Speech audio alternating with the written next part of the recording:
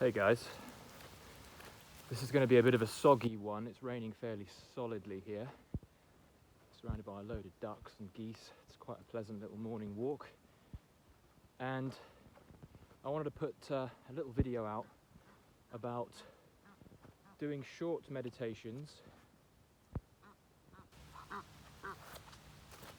particularly because I have not been doing any form of official meditation. Practice meditation, you know, the sort of sit down, turn off all the distractions, set a timer type meditation.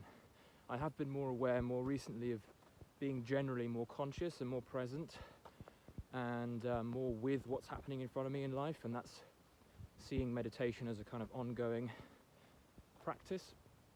But I was recently listening to an audiobook by Michael Singer, who did The Untethered Soul, who has some good points, and he's a guy who's written a couple of spiritual books and talks a lot about meditation and presence and being conscious. Really good, really worth a read if you guys are interested in learning more about being conscious and the joy that brings, the harmony, I suppose, that brings into people's lives. But he talked about how he used to spend hours and hours every day meditating for 5-6 hours, and he would see that as a tremendous win. He would see that as, you know, the more he'd meditate, the more closer he'd be to his sort of spiritual self. And some years ago I would have thought the same. I would have thought, you know, the more you meditate, the more your mind's going to still and settle, and the better it's going to be for your brain and your mind and your body and soul. And interestingly, he has recently shared that he only meditates for 15 minutes in the morning and 15 minutes in the afternoon. And because I haven't been doing any, it's got me thinking. It's got me realizing the importance again of dedicated meditation practice. And I use the word practice, I emphasize it, because meditation, as I have realized, is something that we all want to bring into our everyday lives. We don't just want it to be 10 minutes here or there, an hour here and there. We want it to be part of how we exist. We want to be mindful as much as we can, whether that be in a creative process or in conversation with someone where you're really actively, deeply listening to them, or you are simply going along with your life, not ruminating, letting go of unpleasant thoughts. Perhaps you want to get better at certain habits. I know that I talk about no-fap a lot. So for you guys trying to stay off porn and masturbation, being conscious is the best thing you can do for that.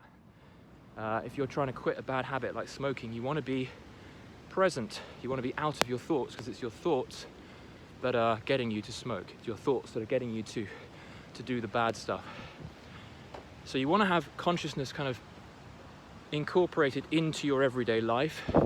You can be conscious and mindful and meditative when you walk, just feeling your breath, hearing the sights and sounds. You can meditate when you're walking down the stairs in your house, or perhaps if you're just walking through the living room if you don't have stairs. You can be meditative when you're on the phone on a Zoom call with a friend. You can just sit there and take in what is being said rather than try and rush through and be in your mind. But meditation has its place. Official, dedicated meditation practice has its place. And so I'm recommending this to you, as I always do it for me as well. Find some time in the morning, maybe just after you wake up, to put a timer on and do 15 minutes of meditation. Now what this does is it kind of primes you, it practices, it hones the muscle of mindfulness so that you are more likely to get in the pattern through the day of jumping to more mindful acts as the day progresses, rather than living life reactively and responding to your emotions and not creating this gap, as I've spoken about a lot, this gap between thinking and action. A lot of us suffer and struggle through life because we don't create a meditative gap between what thoughts come to our heads, whether that be, I need this, I should be this way, the world should be this way, that person should be that way. These are thoughts that lead directly to unpleasant emotions, anger, frustration, longing. And what you can do is you can get better at responding to those thoughts, i.e. not clinging to them and not responding to them directly, allowing for space to come up. And in that space, that's where insight comes. That's where your intelligence really shows itself. And you can practice this way of being by actively meditating every day. And I'm talking to myself here, mate. Come on, Alex, get yourself in gear, meditate. And it doesn't have to be, that's kind of exactly the opposite of what meditation is about. It's not about forcing things. It's not about pushing yourself and gritting your teeth while you do it. It's about a light commitment every day. Perhaps it's a certain time that's clear for you. And you sit down, reduce distraction, and focus on your breath, focus on what's in front of you, practice being present, and watch how your mind begins to feel less tight. Watch yourself, watching yourself.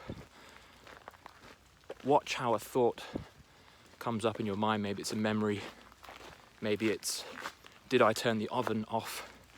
Maybe it's, I should be working, I shouldn't be meditating. Watch the thought without judgment, and watch the thought perhaps linger for a bit and then it's gone. And notice how you're able to hold a thought in your mind while feeling what it feels like in your body to feel that thought, and see how you are actually separate to your thoughts and you are separate to your sensations as well, because sensation and emotion and thought are two sides of the same coin. There's a horse over there. Let me just show you this horse. See him? Emotion and thought are two sides of the same coin. It's effectively the same thing. You are able to be an observer of both, and you don't need to be wrapped up in emotional outbursts. So this is why I say meditation is so good just in the everyday. If you feel emotional about something, that's a perfect opportunity to get mindful and allow the emotion to kind of wash through you. But you also want to practice 15 minutes a morning, 15 minutes in the evening if you can. If you can't do both, then 10 minutes. And if you can't do that, then 5 minutes. And get into the habit of being mindful. And if you bring in a little bit of meditation every day, it's going to start kind of flooding into the rest of your life, the rest of the way you do things.